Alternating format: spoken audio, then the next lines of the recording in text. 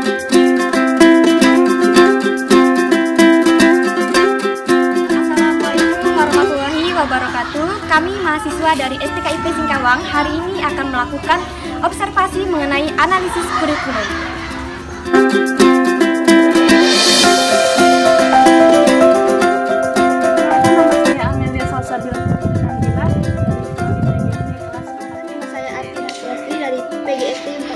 Saya Musen dari Prodi PGSD 4E. Saya Siti Pesabila, Prodi PGSD 4E.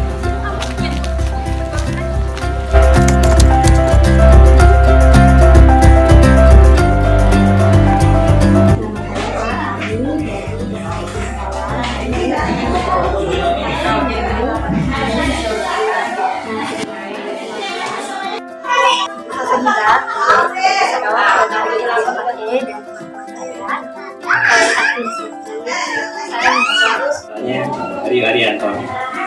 Saya kelas 5 final di RG. Kalau saya Ansor Ibrahim, ya guru kelas 4 dan paling senior di sekolah ini. Baiklah Pak, kita masuk ke pertanyaannya. Pertanyaan yang pertama, apa kurikulum yang digunakan di STKIP? Yang kemarin menggunakan kurikulum 2013 sebelum COVID. Karena COVID pada tahun 2020 sesuai dengan keputusan Menteri menggunakan kurikulum 2013 darurat COVID. Lanjut yang kedua, bagaimana penerapan kurikulum 2013 ini? Sesuai keputusan Menteri pada tahun 2020 darurat COVID, ada beberapa KD yang dihilangkan atau disederhanakan. Karena sekolah mengalami kesulitan dan agar seragam, maka Dinas Pendidikan mengeluarkan KD-KD mana saja yang tetap dipakai atau harus disederhanakan, dan KD-KD mana yang dihilangkan agar seragam satu kota Singkawang. Jadi mengikuti sesuai dengan anjuran dinas, kita pakai kurikulum 2013 dengan KD-KD yang sudah ditetapkan oleh dinas. Jadi pertanyaan selanjutnya, apa saja kendala dalam penerapan kurikulum 2013? Biasanya darurat COVID karena tidak bisa melakukan tatap muka langsung, jadi kendalanya kita juga di kondisi lokasi sekolah agak di pinggiran, jadi susah sinyal. Jadi kita membagi kelompok belajar ya, 5 orang. Jadi gurunya harus melakukan kunjungan ke rumah. Kendalanya kita kesulitan waktu terutama ya, soalnya satu hari hanya bisa kunjungan ke 2 kelompok. Tambahan lagi. Sama sih kalau untuk pembelajaran kurikulum darurat ini keterbatasan waktu, intinya keterbatasan waktu, dan juga untuk kurikulum darurat ini materinya juga sulit lah, jadi waktu itu sangat penting lah, karena kami selain untuk mengajar 2 kelompok itu tempatnya juga jauh untuk di dalam kami, jadi untuk pembelajaran kami lebih menggunakan luring kalau untuk tatap mukanya, tapi biasanya juga menggunakan daring hanya sekedar mengingatkan saja sih. Mungkin perlu ditambahkan kayak dari saya ya. Jadi kami sebelum mengadakan tatap muka di rumah itu sudah sosialisasi dengan mengundang orang tua. Itu dari kelas 1 sampai dengan kelas 6 kita minta pendapatnya ya dalam rapat itu orang tua. Ini kayak jelaskan guru menjelaskan kalau daring kendalanya itu ya Android. Nah, terus yang keduanya mungkin kuota. Ya, memang kita ada dibagikan kuota dari Kemendikbud, tapi di sini tidak bisa masuk, dan kendalanya juga memang sini yang mengerjakan bukan orang tuanya, kita koreksikan. Yang kita perlukan proses pengerjaannya, bukan hasil akhirnya. Jadi kita tetap harus datang ke rumah-rumah siswa gitu. Kurang juga efektif lah kalau untuk pelaksanaan pembelajaran lewat daring itu ya. Luring ini. Baiklah, pertanyaan selanjutnya, bagaimana evaluasi pembelajaran dalam kurikulum 2013? Iya, dalam kurikulum 2013 kan ada 3 hal yang dievaluasi. Yang pertama ada sikap.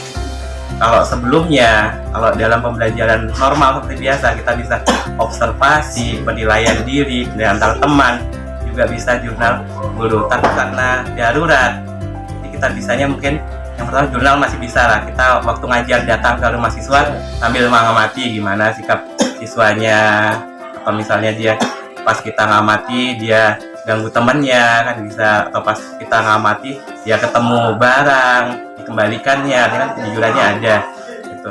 Tapi kalau nggak ada catatan di jurnal, artinya otomatis kita anggap baik. Terus seterusnya kita menggunakan angket yang diisi orang tua siswa. Nah, ya angket yang diisi orang tua.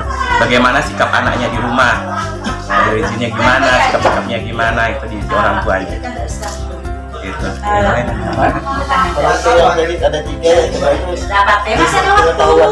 Iya, ini pengetahuan ini dilihat dari kemampuan siswa dalam menerima pembelajaran kita. Misalnya kita kasih tugas, itu hasilnya kan itu pengetahuan. Kalau pengetahuan ada lisan atau non lisan yang kita kerjakan tiap hari, itu penilaian harian.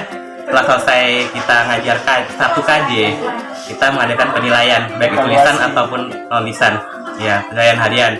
Kemudian tengah semester kita penilaian tengah semester. Kalau penilaian tengah semester kemarin bergiliran datang ke sekolah. Jadi dibuat dua kelompok kita jam, giliran yang pulang ada lagi yang datang. Seperti kemarin penilaian akhir tahun juga seperti itu, bergiliran. Karena kalau kita kerjakan dia di rumah, kita ragu dia ngerjakan atau enggak. Jadi tetap kita buat giliran. Penilaian akhir penilaian tengah semester, penilaian akhir semester. Kemudian untuk mungkin dari saya, karena di penilaian kita di sekolah dasar ini kan ada 4K ya, K1, K2, K3, dan K4. K1 itu kan berhubungan dengan pengetahuan agama ya, yang ketiga ketuhanan ya, terus K2 itu kan sosialnya dan pergaulan, K3-nya pengetahuan, K4-nya keterampilan. Jadi itulah yang kendalanya juga ada di situ nanti.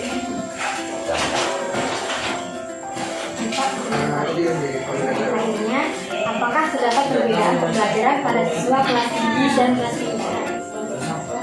perbedaannya mungkin muatan pembelajarannya ya. Kalau muatan pembelajaran kalau secara materi kan dan jelas rendah dan kelas tinggi itu beda. Mungkin kesulitan lah untuk anak-anak kalau di materi kelas tinggi itu cukup sulit lah. Karena kalau kelas rendah kan murni tema, semuanya dengan satu tema. Ada bahasa Indonesia, matematika, terus PKN, SBDP, gitu kan semua dirangkum menjadi satu tema. Jangan kalau kelas tinggi matematika terpisah, sudah ada IPA. Kalau rendah kan nggak ada IPA, IPA masuk ke bahasa Indonesia. Dia matematika berdiri sendiri, PJOK berdiri sendiri, yang lainnya masuk ke dalam tema. Dan itu di dalam tema itu udah ada IPA. Terus kalau kelas rendah pembelajar satu subtema belajarnya 6 hari, 6 pembelajaran, dan kelas tinggi hanya 5 ya, karena ada project. Ya, setiap hari Sabtu mereka mengerjakan project yang harus diselesaikan sama tengah waktu yang tertentu. sebulan kalau Project ada projectnya, asalnya nggak ada. Jadi Bapak tambahkan Pak ya, untuk di kelas rendah itu kan hanya ada 8 tema ya. Tema 1, 2, 3, 4 itu di semester pertama, terus 5, 6, 7, 8 di semester kedua. Sedangkan untuk di kelas tinggi itu terbalik ya, jadi 1, 2, 3, 4 5, 1, 2, 3, 4, 5 di semester 1, yang sisanya itu di semester kedua. Jadi 6, 7, 8, 9 di semester kedua.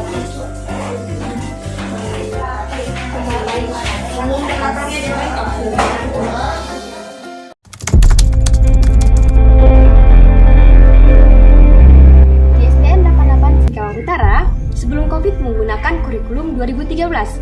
Akan tetapi, pada tahun 2020 terjadi pandemi. Maka sesuai dengan keputusan Menteri pada saat ini menggunakan kurikulum 2013 darurat COVID.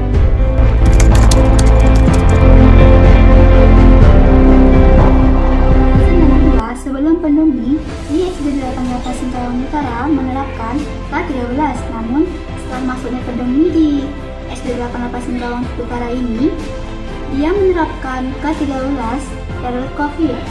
Sesuai Menteri Pendidikan 2020, di K13 darurat COVID ini, di mana ada beberapa KD yang dihilangkan atau disederhanakan, lalu sekolah dapat kesulitan dalam menjalankannya. Maka, Dinas Pendidikan mengeluarkan KD-KD mana saja yang akan dipakai dan KD-KD mana saja yang tidak dipakai sesuai anjuran dari dinas.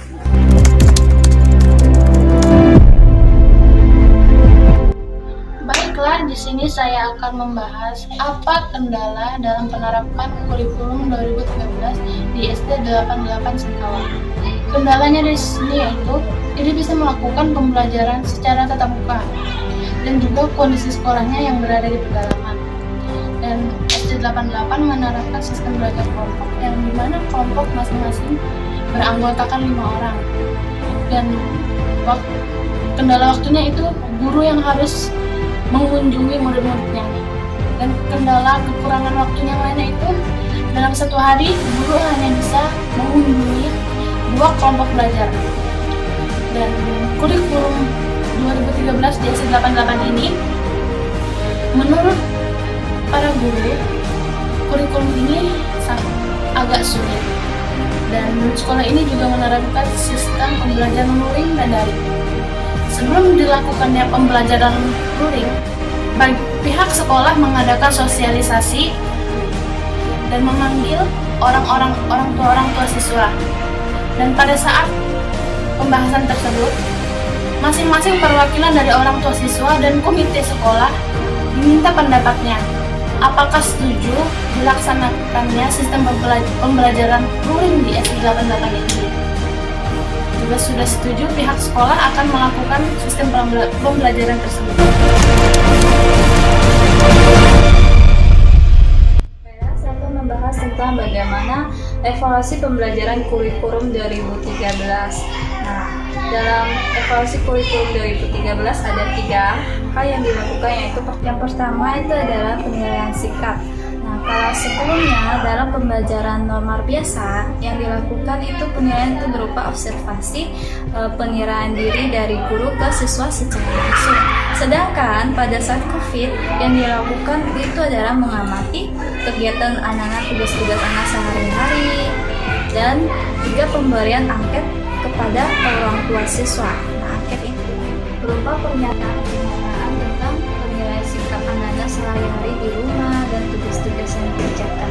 Yang kedua adalah pengetahuan, kemampuan siswa untuk menerima tugas harian secara lisan, melalui lisan, tugas harian, tugas kelompok, tugas tengah semester, dan tugas akhir. Yang ketiga adalah keterampilan. Unjuk kerja yang dilakukan itu berupa dari tugas harian, tugas seperti menyanyi, menari, dan lain-lainnya. Itu adalah 3 evaluasi hasil belajar dari pembelajaran kurikulum 2013 yang dilaksanakan. Dunia pendidikan, kurikulum menjadi hal yang sangat penting. Tanpa adanya kurikulum yang tepat, maka peran peserta didik akan membuat target pembelajaran yang sesuai siswa. Seiring berkembangnya zaman, kurikulum dalam dunia pendidikan pun terus mengalami perubahan yang besar. Nah, maka semuanya disesuaikan dengan kebutuhan peserta didik di eranya masing-masing. Nah, seperti yang di SDN 88 Singkawang ini, kurikulum yang diterapkan adalah kurikulum 2013.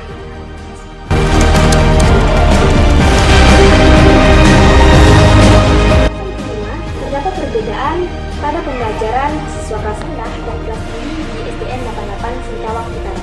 Perbedaannya terletak pada muatan pembelajarannya. Di kelas rendah, semuanya murni tema. Di dalam tema tersebut terdapat mata pelajaran bahasa Indonesia, PKN, matematika, SBDP yang semuanya dijadikan dalam satu tema. Sedangkan kelas tinggi, mata pelajarannya terpisah seperti matematika berdiri sendiri, IPA berdiri sendiri. Di kelas rendah, IPA bergabung dengan bahasa Indonesia. PJK berdiri sendiri. Yang lainnya sudah termasuk ke dalam tema, termasuk juga mata pelajaran IPA. Kemudian, kelas rendah, pembelajarannya satu subtema, 6 kali belajar dan 6 hari. Sedangkan kelas tinggi hanya 5 karena ada proyek yang harus diselesaikan sesuai dengan waktu yang telah ditentukan. Sedangkan di kelas rendah tidak ada proyek.